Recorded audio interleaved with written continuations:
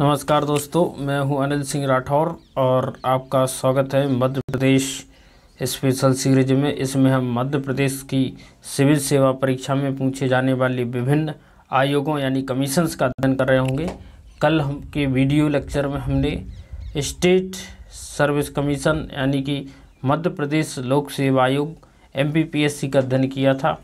आज उसी क्रम में आगे बढ़ते हुए संघ लोक सेवा आयोग यानी यूनियन पब्लिक सर्विस कमीशन का अध्ययन करेंगे। मेरी आपसे काइंडली रिक्वेस्ट है कि प्लीज़ यदि आपको वीडियो अच्छा लगता है तो इस वीडियो को लाइक करें और हमारे चैनल को सब्सक्राइब करें। DFAIS को के बेल आइकन को क्लिक करें। तो चलिए हम शुरू करते हैं। संघ लोक सेवा आयोग। तो आपको ये मूलभूत बात समझनी होगी कि भारत में संघ लोक सेवाओं का जो विकास है वो अंग्रेज़ों के समय में हुआ है। उस समय के स्तर पर जब महत्वपूर्ण विकास देखने को आया, जब गवर्नर जनरल बनकर लॉर्ड कॉर्नवालिस आए। लॉर्ड कॉर्नवालिस, तो लॉर्ड कॉर्नवालिस को भारत में सिविल सेवाओं का जनक माना जाता है। लॉर्ड कॉर्नवालिस ने भारत में आते ही क्या किया? भारत में आते ही इन्होंने सिविल और पुलिस रिफॉर्म शुरू कर दिए। इन्होंने कलेक्टर का नया पद सृजित किया और भारतीय सिविल सर्विस यानी ICS इंडियन सिविल सर्विस का विकास किया। इसकी नियुक्ति जिले में की जाती, जिसे मजिस्टेरियल और जुडिशियल यानी कि न्यायिक और प्रशासनिक दोनों प्रकार के उत्तरदायित्व और अधिकार दिए गए थे। ऐसे ही जिले कैप्टन के रूप में SP की नियुक्ति की गई और थानेदार की नियुक्ति के संबंध में भी पुलिस चौकी और पुलिस थाने की स्थापना का श्रेय भी लॉर्ड कॉर्नवालिस को दिया जाता है। लॉर्ड कॉर्नवालिस की समाधि उत्तर प्रदेश के गाजीपुर में स्थित है। तो आपको ये पता होना चाहिए कि ICS भारतीय सिविल सेवा का जनक लॉर्ड कॉर्नवालिस को माना जाता है, जबकि भारतीय प्रशासनिक सेवा यानी IAS इंडियन एडमिनिस्ट्रेटिव सर्विस, इसका जनक पूछे तो IAS का जनक किसे माना जाता है? IAS का जनक माना जाता है सरदार वल्लभ भाई पटेल को। सरदार वल्लभ भाई पटेल को। इन्होंने भारतीय सिविल सेवा को भारत का स्टील फ्रेम कहा, जबकि ICS Indian civil service ICS का जनक लॉर्ड कॉर्नवालिस को माना जाता है। उस समय के स्तर पर सिविल सेवकों के चयन के लिए हैलीबेरी कॉलेज हुआ करता था और बोर्ड ऑफ डायरेक्टर के द्वारा जो है एक के माध्यम से इनकी नियुक्ति की जाती है। 1854 में क्या होगा? कब की बात है? 1854। तो 1854 में लॉर्ड मैकाले की अध्यक्षता में कमेटी गठित की गई। इस कमेटी की सिफारिश पर सिविल सेवकों की नियुक्ति अब प्रतियोगी परीक्षाओं के माध्यम से की जाने की बात कही गई और भारतीय सिविल सेवा के लिए पहली बार प्रतियोगी परीक्षा का आयोजन जो है प्रतियोगी परीक्षा का आयोजन 16 जुलाई 1855 यानी कि पहली बार 16 जुलाई 1855 को लंदन में प्रतियोगी परीक्षा का आयोजन किया। यानी भारतीय सिविल सेवा के लिए पहली बार प्रतियोगी परीक्षा का आयोजन 1855 में 16 जुलाई को लंदन में किया गया। उस समय के स्तर पर प्रतियोगी परीक्षा यानी IAS बनने के लिए योग्यता जो थी वो आयु सीमा के रूप में 18 to 23 ईयर्स यानी 18 से 23 वर्ष थी। 1860 में इसे 22 वर्ष कर दिया गया। सोचो जरा, 22 वर्ष कर दिया गया 1860 में। यानी अगर अभी के लिए एज कर दी जाए तो कई लोग ओवर एज हो जाएंगे। 1865 में और इसे आगे बढ़ाते हुए ताकि भारतीयों का सिविल सेवा में जाना मुश्किल हो जाए और अंग्रेजों का प्रभुत्व उसमें बना रहे, इसे 21 वर्ष कर दिया गया। बाद में इसकी आयु सीमा को और घटाया गया। अगर बात की जाए कि पहला भारतीय कौन है जो सिविल सर्विस में एंट्री पाया, तो सुरेंद्र नाथ बनर्जी SN बनर्जी सुरेंद्र नाथ ये पहले व्यक्ति हैं जिन्होंने सिविल सर्विस में जो है प्रवेश किया। बात समझ में आई? तो ये सिविल सर्विस के इतिहास की बात थी। भारत शासन अधिनियम 1919 में सिविल सेवाओं का भारत के साथ इंग्लैंड यानी कि इंग्लैंड और भारत में दोनों जगह एक साथ सिविल सेवाओं का आयोजन करने की बात की गई। यानी भारत शासन अधिनियम 1919 गवर्नमेंट ऑफ इंडिया एक्ट 1919 में पहली बार ये बात की गई कि सिविल सेवाओं का आयोजन इंग्लैंड और भारत में एक साथ किया जाएगा और भारतीयों की संख्या जो है सिविल सेवाओं में बढ़ा करके उच्च पदों के लिए जो है 1/3 करने की बात की गई। और पहली बार सिविल सेवा का जो आयोजन है वो एक साथ लंदन और भारत में जो इलाहाबाद में 1922 में किया गया। कब किया गया? 1922 में। 1922 में लंदन और भारत में कौन सी जगह? इलाहाबाद। तो भारत और लंदन में एक साथ प्रतियोगी परीक्षाओं का आयोजन जो है एक साथ किया गया। ली आयोग के सुझाव पर पहली बार लोक सेवा आयोग की स्थापना केंद्रीय लोक सेवा आयोग के रूप में 1 अक्टूबर 1926 में की गई थी। तो केंद्रीय लोक सेवा आयोग की स्थापना किस कमीशन की सिफारिश के आधार पर की गई? तो ली आयोग की सिफारिश के आधार पर। पहले इसका नाम क्या था? केंद्रीय लोक सेवा आयोग। कब हुई थी?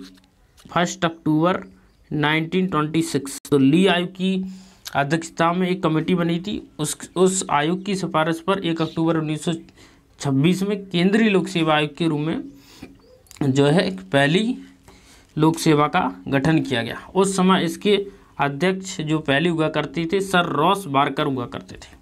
राइट। वर्तमान में जो कमीशन है वो 26 जनवरी 1950 का कमीशन है। राइट। तो मेरी आशा है कि जो ऐतिहासिक बैकग्राउंड है वो आपको समझ में आ गया होगा और इसका हेडक्वार्टर नई दिल्ली शाहजहां रोड पर है। राइट। अब हम इसकी संवैधानिक प्रोविज़न की चर्चा करेंगे। तो दोस्तों अब हम संवैधानिक प्रोविज़न की जो है चर्चा कर रहे होंगे। इसमें हम क्या क्या पढ़ेंगे? ऐतिहासिक परिप्रेक्ष्य का हमने अध्ययन कर लिया। अब संवैधानिक प्रोविज़न देखेंगे, फिर आयोग को और उसकी संरचना और कार्यों को देखेंगे। तो सबसे पहले हम संवैधानिक प्रोविज़न की चर्चा करेंगे। संवैधानिक प्रोविज़न, जो संवैधानिक प्रोविज़न है वो कहाँ से कहाँ तक, पहले ये समझना पड़ेगा। संविधान के भाग 14 में, संविधान के भाग 14 में आर्टिकल 308 से 323 तक सिविल सेवाओं की चर्चा की गई। अनुच्छेद 308 से 313 तक, 308 से 323 तक जो है ऑल इंडिया सर्विस की चर्चा की गई। अब आपको ये मूलभूत चीज़ समझना पड़ेगा कि जब हम ऑल इंडिया सर्विस की बात करते हैं तो हमें 3 प्रकार की सर्विस दिखाई पड़ती हैं। All India services, Akhil Bharatiya सेवाएं, इसमें आते हैं IAS, IPS और IFS, इंडियन फॉरेस्ट सर्विस। दूसरी होती है सेंट्रल सर्विसेज CS, जिसमें आते हैं IRS, इंडियन रेवेन्यू सर्विस और IFS, इंडियन फॉरेन सर्विस। इसके बाद आती है स्टेट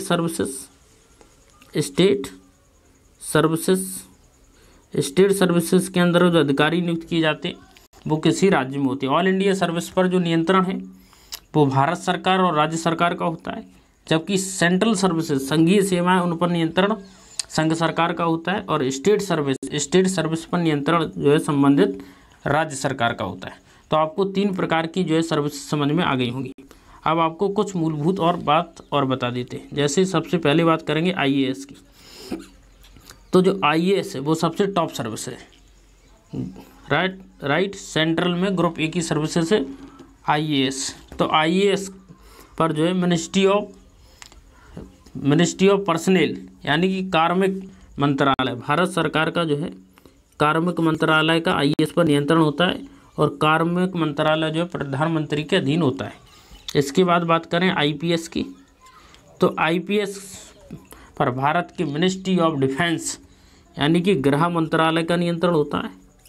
गृह मंत्रालय, अमित शाह जी वर्तमान में गृह मंत्री है, गृह मंत्रालय का नियंत्रण होता है। और IFS इंडियन फॉरेस्ट सर्विस, भारतीय वन सेवा, इस पर जो है वन मंत्रालय या पर्यावरण मंत्रालय का इस पर नियंत्रण होता है। इसके अलावा जो सर्विसेज बची हैं वो बची हैं IFS, वो फॉरेस्ट सर्विस थी और एक फॉरेन सर्विस है। इस पर विदेश मंत्रालय का नियंत्रण होता है। इसके बाद है IRS, इंडियन रेवेन्यू सर्विस, इस पर वित्त मंत्रालय का नियंत्रण होता है। यानी इसी प्रकार जो यूपीएससी के द्वारा ली जाने वाले 24 वैकेंसीज है सिविल सर्विस के अंतर्गत, उनमें संबंधित मंत्रालय का जो भी पोस्ट है, जो भी पद है, उसका उस मिनिस्ट्री से संबंधित अधिकारियों का, मिनिस्ट्री का उस पर नियंत्रण होता है। राइट, ये बात आपको अच्छे से समझ में आ गई होगी। अब इसके बाद एक बहुत ही महत्वपूर्ण बात और बची है कि अगर सिविल सर्विस का गठन किया जाना है, एक नई अखिल भारतीय सेवा का सृजन किया जाना, तो ये अधिकार किसे है? तो नई अखिल भारतीय सेवा के गठन का अधिकार संसद को है। संसद चाहे तो अखिल भारतीय सेवा का गठन कर सकती है, लेकिन संसद एक नई अखिल भारतीय सेवा का गठन केवल तभी कर सकती है जब राज्यसभा अपने उपस्थित तथा मतदान करने वाले सदस्यों के 2/3 बहुमत से, यानी 2/3 ऑफ प्रेजेंट प्लस वोटिंग से उस प्रस्ताव को पारित करते और ये घोषित करते कि राष्ट्रीय हित में, नेशनल इंटरेस्ट में, राष्ट्रीय हित में एक अखिल भारतीय सेवाओं की नियुक्ति या उसका गठन किया जाना जरूरी है। संसद ने अपने इस अधिकार का प्रयोग करते हुए 1966 में एक नई अखिल भारतीय सेवा IFS इंडियन फॉरेस्ट सर्विस का गठन हुआ, जबकि 2 अखिल भारतीय सेवाएं IAS और IPS स्वतंत्रता के समय से या उसके पहले से ही मौजूद थी। यानी भारत में IAS और IPS पहले से ही मौजूद थी, जबकि IFS का गठन जो है स्वतंत्रता के बाद किया गया। मेरी आशा कि ये बात आपको बहुत ही अच्छे से समझ में आ गई होगी और आनी भी चाहिए एग्जाम की दृष्टि से। अब हम संवैधानिक प्रोविजन की चर्चा करेंगे। अगर संवैधानिक प्रोविजन की बात की जाए तो अनुच्छेद 315 सबसे इम्पोर्टेंट है। संघ और राज्यों के लिए लोक सेवा आयोग, यानी संघ के लिए नियुक्ति करने के लिए, संघ के लिए रिक्रूटमेंट करने के लिए एक लोक सेवा आयोग होता है जिसका नाम होता है UPSC, जिसका हम अभी अध्ययन करने जा रहे हैं। और राज्यों के लिए रिक्रूटमेंट करने के लिए, सिविल सर्विस करने के लिए PCS होता है, यानी पब्लिक सर्विस कमीशन। जैसे MP का है तो Madhya Pradesh public service commission, Bihar का है तो BPSC Bihar public service commission, Rajasthan का है तो राजस्थान लोक सेवा आयोग। राइट, तो आपको ये बात समझ में आ रही होगी।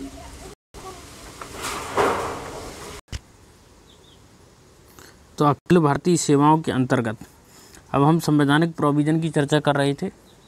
संवैधानिक प्रोविजन के अंतर्गत अनुच्छेद 315 जो संबंधित है, अनुच्छेद 315 में ये बात कही गई है, संघ और राज्यों के लिए लोक सेवा आयोग।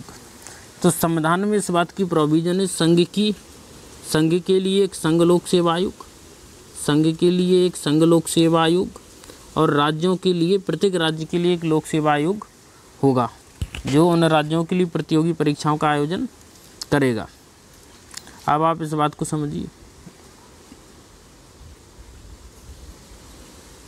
कि राज्यों के लिए जो लोक सेवा आयोग है वो, यदि राज्यपाल विधानमंडल जो है, प्रत्येक राज्य में विधानमंडल यदि संसद से एक रिक्वेस्ट करे साधारण बहुमत के द्वारा प्रस्ताव पारित करके कि 2 या 2 से अधिक राज्यों की कम से कम इस पर सहमति होना जरूरी है। 2 या 2 से अधिक राज्य यदि रिक्वेस्ट करते हैं संसद से कि भाई वो अपनी लोक सेवाओं का गठन नहीं कर सकते, वो अपनी लोक सेवाओं में रिक्रूटमेंट नहीं कर सकते, अतः उनका रिक्रूटमेंट जो है संघ लोक सेवा आयोग करे, या फिर इसके लिए एक ज्वाइंट लोक सेवा आयोग का गठन कर दिया जाए। तो संसद को यह अधिकार है कि संसद 2 या 2 से अधिक राज्यों की रिक्वेस्ट पर संयुक्त लोक सेवा आयोग का गठन कर सकती है। संयुक्त लोक सेवा आयोग के अध्यक्ष एवं सदस्यों की नियुक्ति जो है राष्ट्रपति द्वारा की जाती है और उन्हें पद से हटाए जाने का काम भी राष्ट्रपति द्वारा किया जाता है। ये बात आपको समझ में आ गई होगी। अब चलिए आगे चलते हैं। देखिए, संघ लोक सेवा आयोग यदि किसी राज्य के राज्यपाल द्वारा ऐसा अनुरोध किया जाता है तो राष्ट्रपति द्वारा अनुमोदन से किसी राज्य की सभी या किसी भी आवश्यकता को पूरा करने के लिए सहमत हो सकता है। यानी राज्यपाल यदि रिक्वेस्ट करे तब फिर राष्ट्रपति जो है राज्यों के लिए किसी सेवा या फिर सभी सेवाओं के लिए जो है उनका रिक्रूटमेंट कर सकता है। राइट। अब अन्य प्रोविज़न की भी हम चर्चा कर लेते हैं और शॉर्ट में चर्चा करेंगे। तो 315 में हमने क्या देखा, 315 में हमने ये देखा कि संघ एवं राज्यों के लिए लोक सेवा आयोग, अनुच्छेद 316 सदस्यों की नियुक्ति और कार्यकाल, सदस्यों की नियुक्ति। तो अनुच्छेद जो 316 है वो सदस्यों की नियुक्ति एवं कार्यकाल से संबंधित है। अब सदस्यों की नियुक्ति और कार्यकाल से क्या मतलब है, अब आप इसे देखिए। अध्यक्ष, लोक सेवा आयोग के अध्यक्ष एवं जो सदस्यों की नियुक्ति है, लोक सेवा आयोग के अध्यक्ष एवं सदस्यों की नियुक्ति जो है राष्ट्रपति द्वारा की जाती है, राइट। इसी प्रकार राज्य के लोक सेवा आयोग के अध्यक्ष एवं सदस्यों की नियुक्ति जो है राज्यपाल द्वारा की जाती है, राइट। अब ये देखिए कि इनके लिए योग्यता क्या होना चाहिए, योग्यता क्या होना चाहिए। योग्यता, संविधान में कोई भी योग्यता निर्धारित नहीं की गई है, बल्कि योग्यता के संबंध में केवल एक ही बात की गई है, और वो है कि इसके आदेश कम से कम आधे सदस्य, कम से कम आधे सदस्य जो है सरकारी सर्विसेज में होना चाहिए।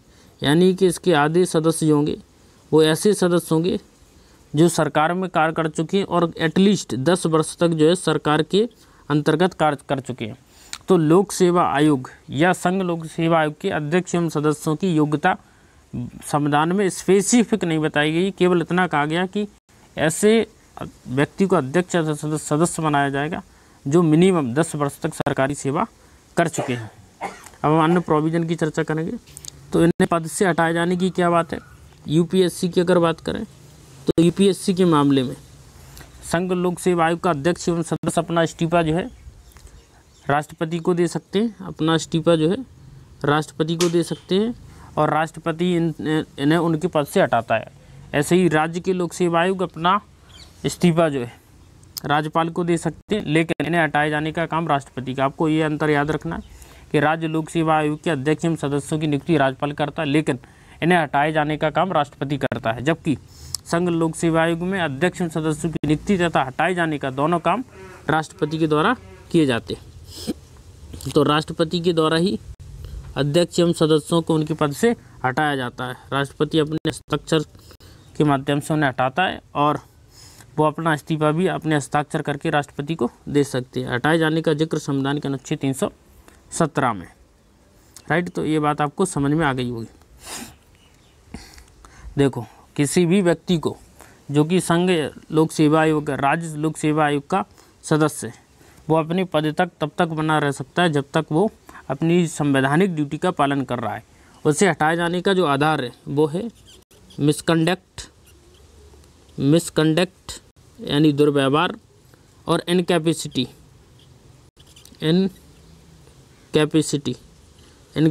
का मतलब होता है अक्षमता, यानी यदि वो अक्षम हो जाए या दुर्व्यवहार करे, भ्रष्टाचार के आरोप और भ्रष्टाचार उसे सिद्ध हो जाए। ऐसा सिद्ध केवल तभी माना जाएगा जब सुप्रीम कोर्ट की जांच में वो जो है कदाचार का दोषी पाया जाए, तभी उसे उसके पद से हटाया जाएगा। तो इसके अंतर्गत हमने लोक सेवा आयोग के अध्यक्ष एवं सदस्यों के कार्यकाल की बात करनी है। तो कार्यकाल इनका जो होता है वो होता है 6 वर्ष या 65 वर्ष, जो भी पहले हो, 6 वर्ष या फिर 65 वर्ष जो भी पहले हो। राज्यों के लिए 6 वर्ष एवं 62 वर्ष था, जबकि संघ लोक सेवा आयोग के लिए 6 वर्ष और 65 वर्ष है। जबकि राज्य लोक सेवा आयोग के लिए कितना था, 6 वर्ष या 62 वर्ष। यहाँ पर हम इनको हटाए जाने की प्रक्रिया की बात कर चुके हैं कि हटाना और निलंबन करना कैसे किया जाता है। संघ लोक सेवा आयोग के सदस्यों और कर्मचारियों की सेवा शर्तें विनियमन बनाने की शक्ति 318 विनियमन बनाने की शक्ति संसद के पास है। पहले भी हम इस चीज़ की बात कर चुके हैं। इसके अलावा आयोग के सदस्यों द्वारा ऐसे सदस्य न रहने पर पद न धारण करता यानी नियोक्ता की बात हम कर चुके हैं। अब हम संघ लोक सेवा आयोग के कार्यों की चर्चा करेंगे।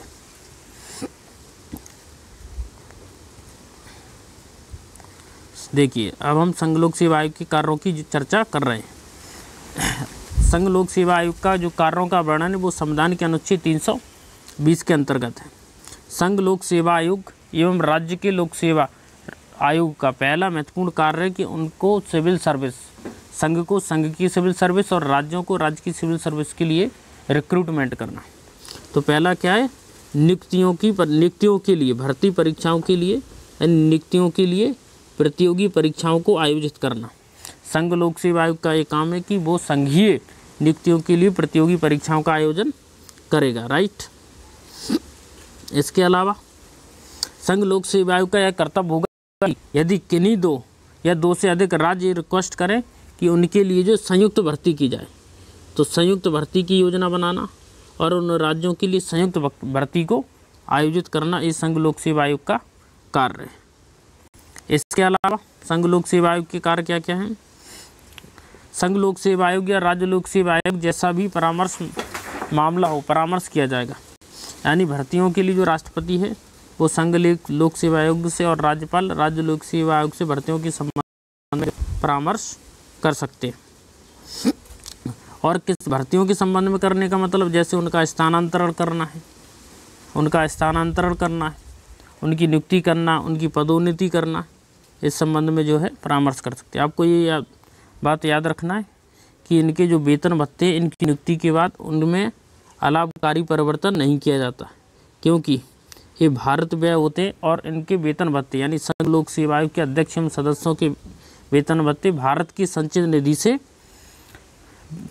संचित निधि पर भारत होते, यानी एक बार नियुक्ति होने के पश्चात उनके वेतन भत्तों में कोई अलाभकारी परिवर्तन नहीं किया जा सकता है,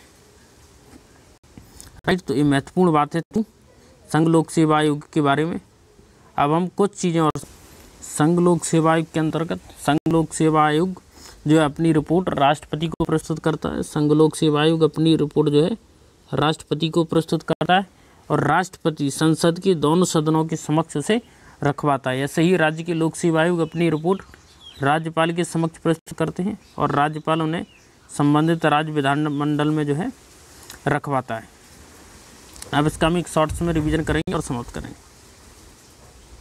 सेवा आयोग का क्विक रिवीजन करेंगे और फिर अपनी चर्चा को जो है समाप्त करेंगे। तो क्विक रिवीजन, स्थापना कब हुई थी? 1 अक्टूबर 1926 को स्थापना कब हुई थी? 1 अक्टूबर 1926 को ली आयोग की अनुशंसा पर। क्वेश्चन ये बन सकता है कि MPPSC में पूछा जा सकता है कि UPSC की स्थापना कब हुई थी? 1 अक्टूबर 1926 को ली आयोग की अनुशंसा पर। वर्तमान में यानी वर्तमान लोक सेवा आयोग जो है उसकी स्थापना कब हुई थी? तो वर्तमान लोक सेवा आयोग की स्थापना हुई थी 26 जनवरी 1956 को। यानी लोक सेवा आयोग है वो हमारा संविधान के लागू होने के समय से बना हुआ है। संवैधानिक प्रावधान की बात करें तो संविधान के भाग 14 में अनुच्छेद 315 से 323 इसमें इसका जिक्र है। एक अध्यक्ष और 10 सदस्य होते हैं। इनकी संख्या जो है प्रेसिडेंट ऑफ इंडिया भारत के राष्ट्रपति द्वारा निर्धारित की जाती है। इनकी संख्या जो भारत के राष्ट्रपति द्वारा निर्धारित की जाती है। चलिए अब आगे चलते हैं, कुछ और बात कर लेते हैं। अगर हम इसके कार्यकाल की बात करें तो कार्यकाल इनका 6 वर्ष या 65 वर्ष, कार्यकाल 6 वर्ष या 65 वर्ष जो भी पहले हो। पदच्युति की बात करें, रिमूवल की बात करें तो स्वयं त्याग पत्र दे सकते हैं, यानी स्वयं त्याग पत्र द्वारा खुद त्याग पत्र दे सकते हैं। स्वयं त्याग पत्र द्वारा राष्ट्रपति द्वारा भी इन्हें हटाया जा सकता है, राष्ट्रपति द्वारा हटाया जा सकता है। और कुछ बेस से हटाए जाने के जैसे दिवालिया, शारीरिक मानसिक अक्षमता, पद अवधि के दौरान यदि किसी ऐसे कार्य में लगे हुए, पद अवधि के दौरान यदि किसी ऐसे कार्य में लगे हुए जिसमें वेतन मिल रहा है तो इन्हें राष्ट्रपति द्वारा इन्हें उनके पद से हटाया जा सकता है। और दुर्व्यवहार और कदाचार के आधार पर ये सिद्ध हो जाए। कब सिद्ध हो जाए?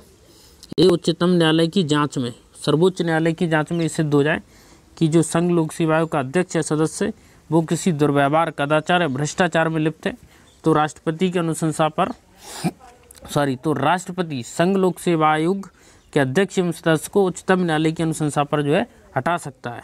इनके शक्तियों की एवं कार्यों की चर्चा भी शॉर्ट में कर लेते हैं। एक रिवीजन है हमारा। संघ की सेवाओं में नियुक्तियों के लिए भर्ती परीक्षाओं का आयोजन करना, 2 या 2 से अधिक राज्यों के आग्रह पर संयुक्त भर्ती परीक्षाओं का आयोजन करना और राज्यपाल को रिपोर्ट करना। कौन करेगा राज्यपाल को रिपोर्ट? राज्य का लोक सेवा आयोग और संघ लोक सेवा आयोग जो है राष्ट्रपति को अपनी रिपोर्ट करेगा और राष्ट्रपति उस रिपोर्ट को संसद के समक्ष रखवाएगा। अखिल भारतीय सेवाओं की बात करें तो IAS यानी भारतीय प्रशासनिक सेवा, इसका गठन 1950 में हुआ। इससे पहले ही भारतीय पुलिस सेवा यानी कि IPS, इसका गठन हो चुका था 1948 में। और भारतीय वन सेवा का गठन होगा 1966 में। प्रतिवेदन बात कर चुके हैं कि राष्ट्रपति को प्रतिवेदन सौंपते। राइट, प्रथम अध्यक्ष की बात करें तो प्रथम अध्यक्ष थे सर रॉस बारकर। कौन थे? Sir Ross Barker. और प्रथम भारतीय अध्यक्ष पूछे तो HK कृपलानी, प्रथम भारतीय अध्यक्ष। तो प्रथम अध्यक्ष कौन है? Sir Ross Barker. और प्रथम भारतीय अध्यक्ष HK कृपलानी। ये जो HK कृपलानी जो आज़ादी के समय भी लोक सेवा आयोग के अध्यक्ष थे। और प्रथम मुस्लिम अध्यक्ष जो थे वो थे JM कुरैशी। तो मेरी आशा है कि लोक सेवा आयोग के बारे में ये महत्वपूर्ण जानकारी आपको अच्छी लगी होगी। यदि आपको हमारी वीडियो लेक्चर अच्छे लग रहे हैं तो प्लीज़ हमारे चैनल को सब्सक्राइब करें, शेयर करें। नमस्कार, जय हिंद।